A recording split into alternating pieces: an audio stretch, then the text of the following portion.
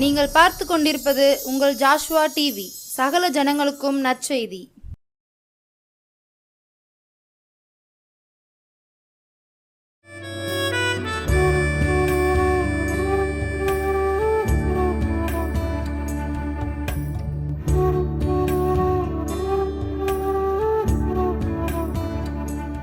கர்த்தரும் உலக இரட்சகருமாகிய கிறிஸ்து இயேசுவின் நாமத்தினாலே ஜோஸ்பா டிவி நேயர்களை மறுபடியுமாக சந்திப்பதிலே ரொம்பவே மகிழ்ச்சி.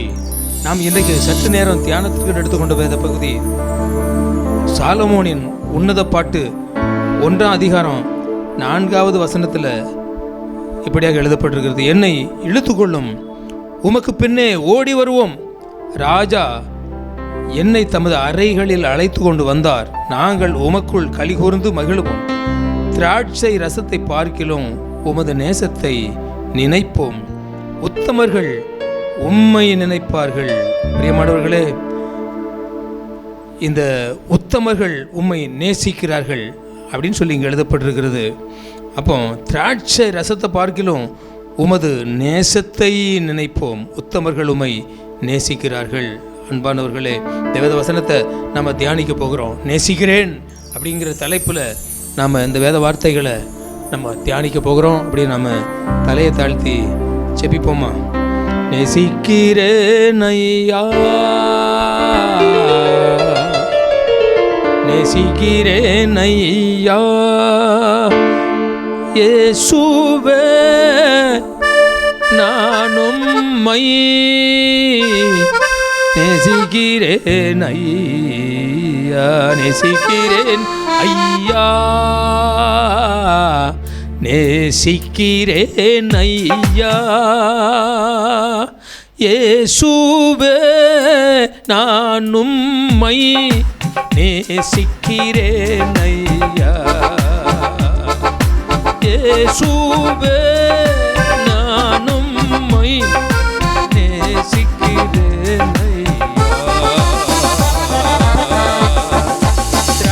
ரசத்தை பார்க்கிலும் உமது நேசம் எவ்வளவு நேசம் என்று நாங்கள் நினைத்து பார்க்கிறோம்.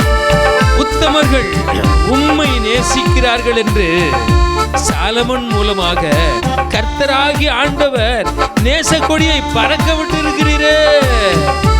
அது அன்பைத்தான், உமது நேசத்தை தான் வேதத்தில் நாங்க தியானித்து இதை பிரசங்கிக்க வந்திருக்கிறோம். அப்பா, எங்களோடு இருந்து நீர் கிரியை செய்யும். இது உமது நாமத்திற்கு மகிமையா இருக்கட்டும். எங்களுக்கும் எங்களோடு இருக்கிற அப்பா பிள்ளைகளுக்கும் இதை கேட்கிற ஒவ்வொருவருக்கும் இது பிரயோஜனமா இருக்கட்டும். இயேசுவின் நாமத்தில் ஜெபிக்கிறேன் பிதாவே, ஆமென் ஆமென். அன்பானவர்களே, இன்றைக்கு உம்மை நேசிக்கிறேன் அப்பான்னு சொல்லி, உம்மை நேசிக்கிறேன் கர்த்தாவே என்று சொல்லி, இயேசுவே உம்மை நேசிக்கிறேன் அப்பா என்று சொல்லி வேத வார்த்தைகளை தியானிக்க வந்திருக்கிறோம். அதற்கு ஆதாரமாகத்தான் சாலமோனின் உன்னத பாட்டு 1 அதிகாரம் 4வது வசனத்தில் இப்படியாக ஒரு 2 வரிகளை நான் வாசிக்கிறேன். நாங்கள் உமக்குள் கலிகூர்ந்து மகிழுவோம். திராட்சரசத்தை பார்க்கிலும் உமது நேசத்தை நினைப்போம். உத்தமர்கள் உம்மை நேசிக்கிறார்கள். திராட்சை ரசத்தை பார்க்கிலும் உமது நேசத்தை நினைப்போம். கர்த்தாவே, ராஜாவே, ரட்சகரே, திராட்சை ரசத்தை பார்க்கிலும் உமது நேசத்தை நினைப்போம். உத்தமர்கள் உம்மை நேசிக்கிறார்கள்.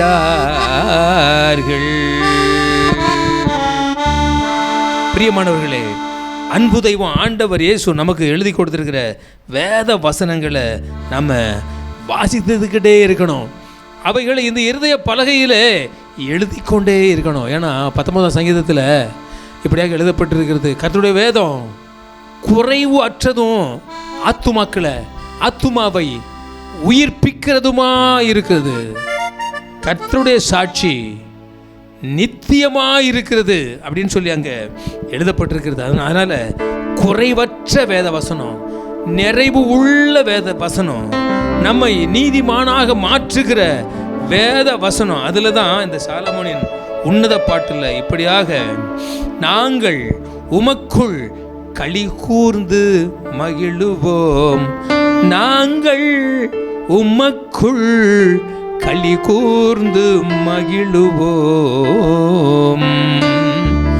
நாங்கள் உமக்குள் களி கூர்ந்து மகிழுவோம். திராட்சை ரசத்தை பார்க்கிலும் உமது நேசத்தை நினைப்போம், திராட்சை ரசத்தை பார்க்கிலும் உமது நேசத்தை நினைப்போம், திராட்சை ரசத்தை பார்க்கிலும் உமது நேசத்தை நினைப்போம், நாங்கள் உமக்குள் களி கூர்ந்து மகிழுவோம், நாங்கள் உமக்குள் களி கூர்ந்து மகிழுவோம், நாங்கள் உமக்குள் களி கூர்ந்து மகிழுவோம், திராட்சை ரசத்தை பார்க்கிலும் உமது நேசத்தை நினைப்போம், திராட்சை ரசத்தை பார்க்கிலும் உமது நேசத்தை நினைப்போம், நாங்கள் உமக்குள் களி கூர்ந்து மகிழுவோம். அப்பா இயேசுவே, நாங்கள் உமக்குள் களி கூர்ந்து மகிழுவோம், நாங்கள் உமக்குள் களி கூர்ந்து மகிழுவோம். அப்பா இயேசுவே, அப்பா இயேசுவே, ஆதி அந்தமே நாங்கள் உமக்குள் களி கூர்ந்து மகிழுவோம், நாங்கள் உமக்குள் களி கூர்ந்து மகிழுவோம். அன்பானவர்களே, இந்த சாலமோனின் உன்னத பாட்டுல இப்படியாக 1 அதிகாரத்தில் 4வது வசனத்தில், நாங்கள் உமக்குள் மகிழ்ந்து களி கூறுவோம். ஏன்னா திராட்சை ரசத்தை பார்க்கிலும் உமது நேசம், அது நேசத்தை நாங்கள் நினைப்போம், திராட்சை ரசத்தை நாங்கள் நினைப்பதை பார்க்கிலும் உம்மை நாங்கள் நினைப்போம், நாங்கள் உமக்குள் மகிழ்ந்து, நாங்கள் உமக்குள் களி கூர்ந்து மகிழுவோம், திராட்சை ரசத்தை பார்க்கிலும் உமது நேசத்தை நினைப்போம், நாங்கள் உமக்குள் களி கூர்ந்து மகிழுவோம். அப்பா இயேசுவே, அன்பு நேசரே, நாங்கள் உமக்குள் களி கூர்ந்து மகிழுவோம், நாங்கள் உமக்குள் களி கூர்ந்து மகிழுவோம், திராட்சை ரசத்தை பார்க்கிலும் உமது நேசத்தை நினைப்போம், திராட்சை ரசத்தை பார்க்கிலும் உமது நேசத்தை நினைப்போம், நாங்கள் உமக்குள் களி கூர்ந்து மகிழுவோம். ஒரு வசனத்தை கூட வாசிக்க ஆசைப்படுகிறேன். நாம நேசிக்கிறது யாரை நேசிக்கணும்? உலகத்தையா, அதில் உள்ளவைகளையா, இல்லை விண்ணையும் மண்ணையும் உங்களையும் என்னையும் தம்முடைய சாயலாக படைத்த கர்த்தரையா நம்ம யாரை நேசித்து கொண்டு இருக்கின்றோம்? ஆனால் சாலமோன் சொல்லுகின்றான், நாங்கள் உம்மக்குள்ள களி கூர்ந்து மகிழுவோம், உமது நேசத்தை நாங்கள் நினைப்போம், திராட்சை ரசத்தை பார்க்கிலும் அதிகமாக நாங்கள் உண்மையே சார்ந்திருப்போம் என்று இங்கே சாலமோன் இப்படியாக எழுதியிருக்கிறார். 1 சாமுவேல்ல 17வது அதிகாரத்தில் இங்கே ஒரு சம்பவத்தை நான் வாசிக்க ஆசைப்படுகிறேன். 1 சாமுவேல் 18 அதிகாரம் 20வது வசனம். சவுலின் குமாரத்தியாகிய மீகாள் தாவீதை நேசித்தாள், அது சவுலுக்கு தாவீதை நேசித்தாள், அது சவுலுக்கு அறிவிக்கப்பட்ட போது அது அவனுக்கு சந்தோஷமாக இருந்தது. பாருங்க, தாவீதை ராஜாவாகிய சவுல் மகள் நேசிக்கிறாள். இது ஒரு உலக நேசம். இது ஒரு மனிதர்களுக்குள்ள வாலிப பிரயத்தில் இளமையில் வரக்கூடிய ஒரு காரியம். இதில் இந்த தாவீதும் தப்பலை, ராஜா சவுல் ராஜா மகளாகிய இந்த மீகாலும் தப்பலை. காரணம், இந்த தாவீதுக்கு இந்த ராஜா வீட்டில் ஒரு உறவு ஏற்படுத்தப்பட்டது. காரணம், சவுலுடைய யுத்த வீரர்கள் ஒரு மனிதனுக்கு பயந்து போயிருக்கிற நேரத்தில், கோலியாத் என்ற ஒரு படை தலைவனுக்கு பயந்து போயிருக்கும்போது இந்த தாவீது தன்னுடைய ஜீவனையும் பார்க்காம அந்த கோலியாத்தை கூழாங்கல் ஒன்றெடுத்து கொன்று போட்டதினாலே, தலையை கையில் எடுத்து வந்ததினாலே, ஜெயித்ததினாலே இந்த சவுல் ராஜ்யம் மறுபடியுமாக தலை தூக்கியது, தழைத்தது. ஆனால் அங்கே சவுல் ராஜா ஒரு அதிகாரம் கட்டளை கொடுத்திருந்தான். இந்த கோலியாத் என்ற மனுஷனை கொல்லுகிறவனுக்கு, ஜெயிக்கிறவனுக்கு ராஜா தன்னுடைய மகளை கொடுப்பான், அவனுக்கு சர்வ மானியம் வழங்கப்படும், அவனுக்கு அநேக ஆஸ்திகள் கொடுக்கப்படும் அப்படின்னு சொல்லி அங்கே அறிவிக்கப்பட்டது. அப்பொழுது தான் தாவீது அந்த யுத்த களத்திற்கு போய் நிற்கிறான். அந்த நேரத்தில் கேட்கிற போது தான் தாவீது இப்படியாக சொல்லுகிறான், இந்த பெலிஸ்தனை நான் போய் கொல்லுகிறேன்னு சொல்லிட்டு அந்த பெலிஸ்தனை கொன்றான், தலையை கையில் எடுத்தான், இந்த இஸ்ரவேலுடைய நிந்தைகளை நீக்கினான். ஆனால் மகளை கொடுக்கணும்னு சொல்லி நியமித்த நாட்களில் மூத்த மகளை சவுல் என்ன செய்தான், வேற ஒரு மனிதனுக்கு கொடுக்கப்பட்டது.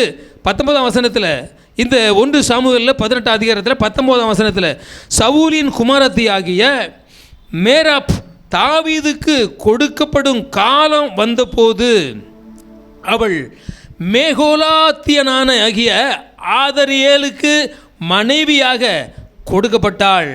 ஏமாற்றக்கூடிய ஒரு சவுல் ராஜா. இந்த நாட்களில் ஏமாற்றக்கூடிய ராஜாங்கம் இருக்கிறது. இதை ஏமாறக்கூடிய ஆளுகைக்குட்பட்ட ஜனங்கள் இருக்கிறாங்க.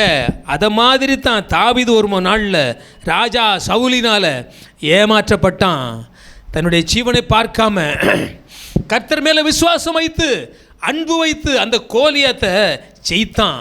ஆனால் அதெல்லாம் மறந்துட்டு சொன்ன வாக்கை நிறைவேற்றாம இந்த சவுல் தன்னுடைய மகளாகிய மேராப்பை இன்னொருவனுக்கு கொடுக்குறான், ஏமாத்தினான், தாவீதை ஏமாற்றினான் சவுல். அதுவும் காணாமல் தாவீது, நான் இஸ்ரவேலில் சிறிய குடும்பத்தில் உள்ளவன், இந்த ராஜாவுக்கு மருமகன் ஆவதற்கு நான் ஏமாத்துறோம், என் வீடு ஏமாத்துறோம். பாருங்க, இப்படியாக அவன் சொல்லி தன்னையே தாழ்ந்த நிலையில் வைத்து கொண்டான். அப்படி உள்ள நிலையிலும் கர்த்தரை ஆராதிக்கிறான், கர்த்தருக்குள் மகிழுகிறான், அன்பு கூறுகிறான். அந்த நிலையில தான் இந்த மீகாள் தன்னுடைய இந்த தாவீதை நேசிக்கிறாள். அது அவனுக்கு, அந்த சவுலுக்கு மிகவும் சந்தோஷமாக இருந்தது. காரணம், நம்முடைய ராஜ்ய பாரம் நம்மை விட்டு தாவீதுக்கு போயிடும், எந்த நேரத்திலும் போயிடும். ஏன்னா தாவீதை கர்த்தர் ராஜாவாக அபிஷேகம் பண்ணிவிட்டார். அதனால் ஒரு பயம். அப்படி உள்ள சூழ்நிலையில் இந்த என் மகள் இளைய மகள் மீகாளின் நிமித்தம், அவள் நேசிக்கிறதின் நிமித்தம் இது தாவீதுக்கு கண்ணியாக இருக்கும். அவள் 21ஆம் வசனத்தில், அவள் அவனுக்கு கண்ணியாக இருக்கவும் பெலிஸ்தரின் கை அவன் மேல் விழவும் அவளை அவனுக்கு கொடுப்பேன் என்று சவுல் எண்ணி தாவீதை நோக்கி, நீ என்னுடைய 2ஆம் குமாரத்தியினால் இன்று எனக்கு மருமகனாவாய் என்றான். பாருங்க, இப்படி இந்த மீகாள் தாவீதை நேசித்ததின் நிமித்தம் சந்தோஷப்பட்டான். அது கண்ணியாக இருக்கும். எப்படியாகிலும் இந்த தாவீதை நாம் தீர்த்து கட்டிடணும், இவன் நமக்கு முன்பாக நடமாடவே கூடாது அப்படின்னு சொல்லித்தான் இந்த சவுலுடைய நோக்கம். கர்த்தர் ஆனால் தாவீதை அவன் போன இடத்துலெல்லாம் காப்பாற்றி வந்தார் என்று நாம் வாசிக்கிறோம். 119ஆம் சங்கீதத்தில் 119ஆம் சங்கீதம் நான் அதை வாசிக்கிறேன்.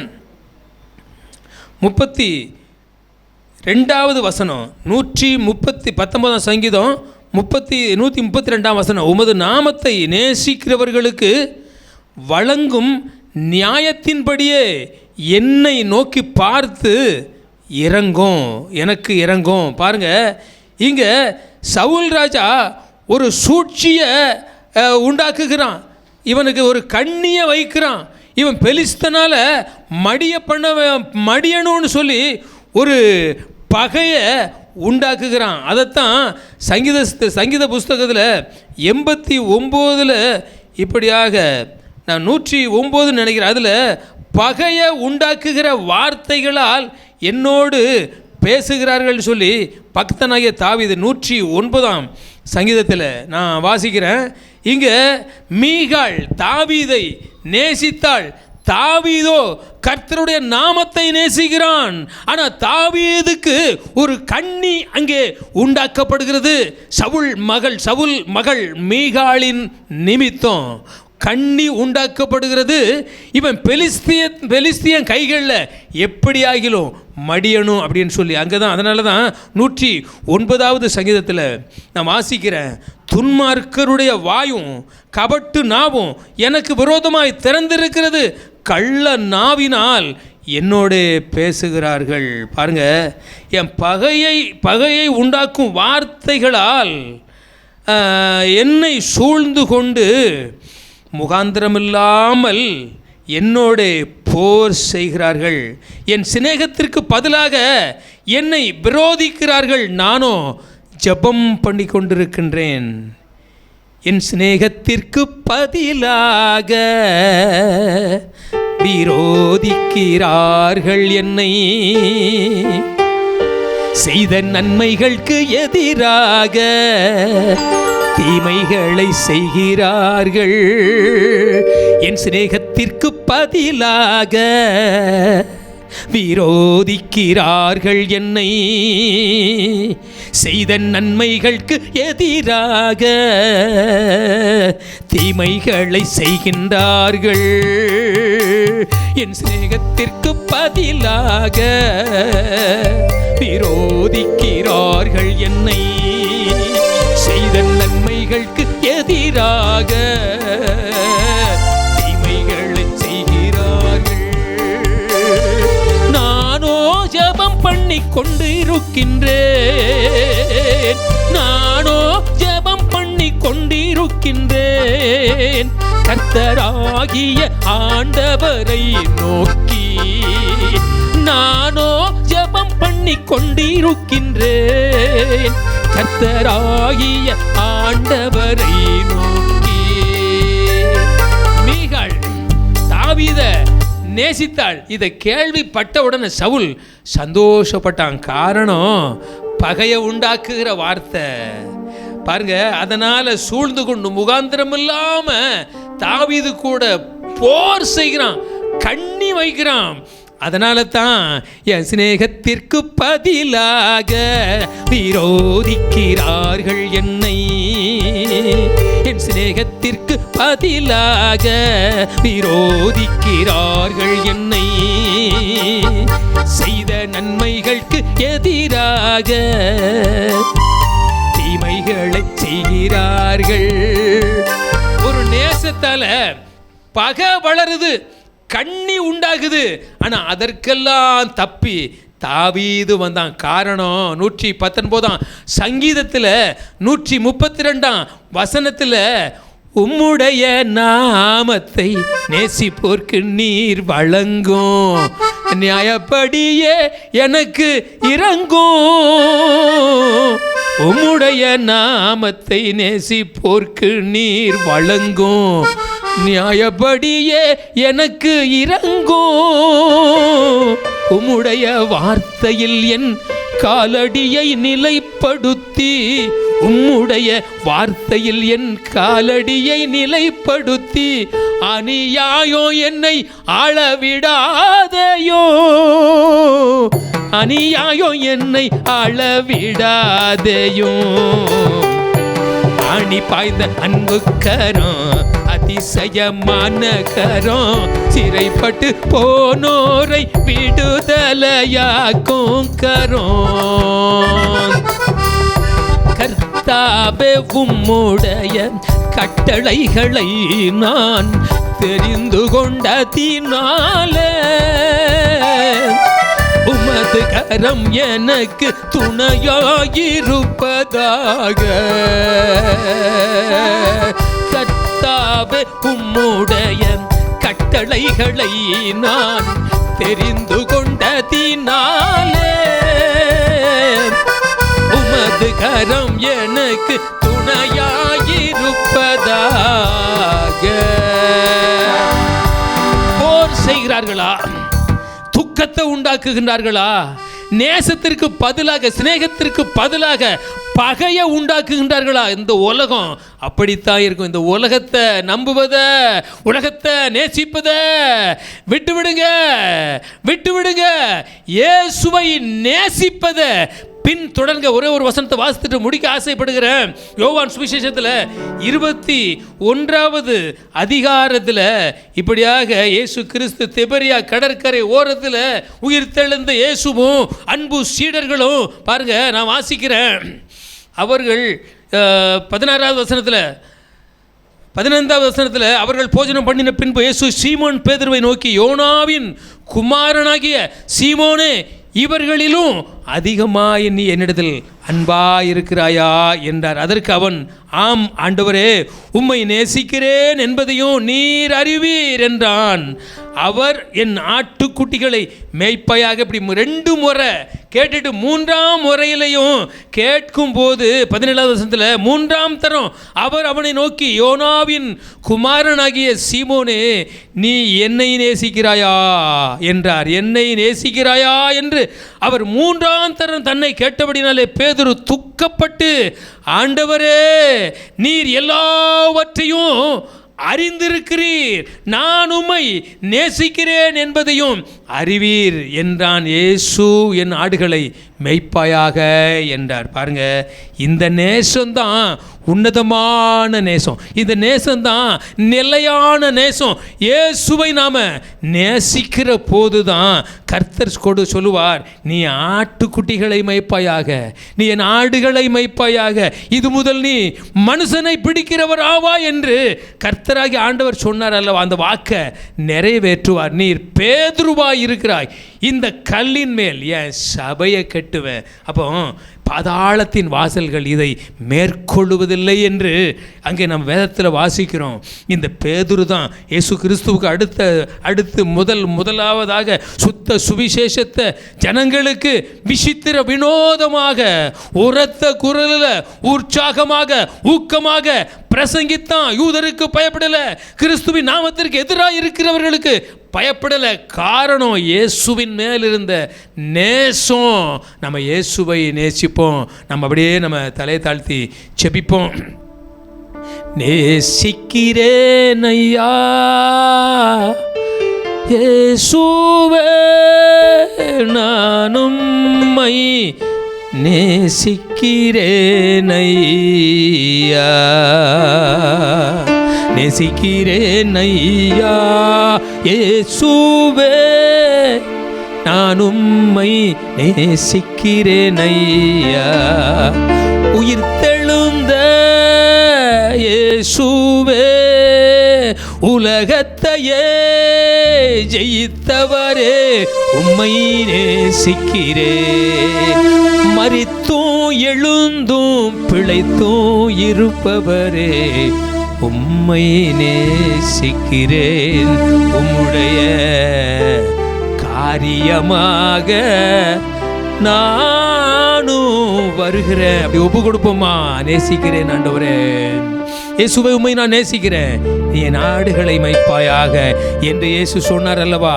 அத மாதிரி நாம ஆத்துமாக்களை ஆதாயப்படுத்துகிறவர்களாக மாறுவோம். உலகத்திற்காக அல்ல, அந்த உன்னத வீட்டுக்காக நாம உழைக்கும்படியாக, பிழைக்கும்படியாக கர்த்தரோடு நடப்போம். கர்த்தருடைய நேசத்தை சார்ந்திருப்போம். இயேசு கிறிஸ்துவின் நாமத்தில் அப்பா, இந்த வேளையிலும் கூட இந்த வேத வசனம் உமது நாமத்திற்கு மகிமையாய் இருக்கும்படியாக ஜெபிக்கிறேன் அப்பா. இந்த நேசம் ஒவ்வொரு ஜனங்களுக்குள்ளும், சிறியோர் மேலும் பெரியோர் மேலும் கிறிஸ்து இயேசுவின் மேலுள்ள நேசம், உம்முடைய நேச கொடி பறக்கட்டும். அவர்கள் உம்மை பின்பற்றுவார்களாக, உம்மை அறிவார்களாக, உமக்கு சாட்சியாக வாழ்வார்களாக. இயேசு கிறிஸ்துவின் நாமத்தில் ஜெபிக்கிறேன் பிதாவே. ஆமென், ஆமென்.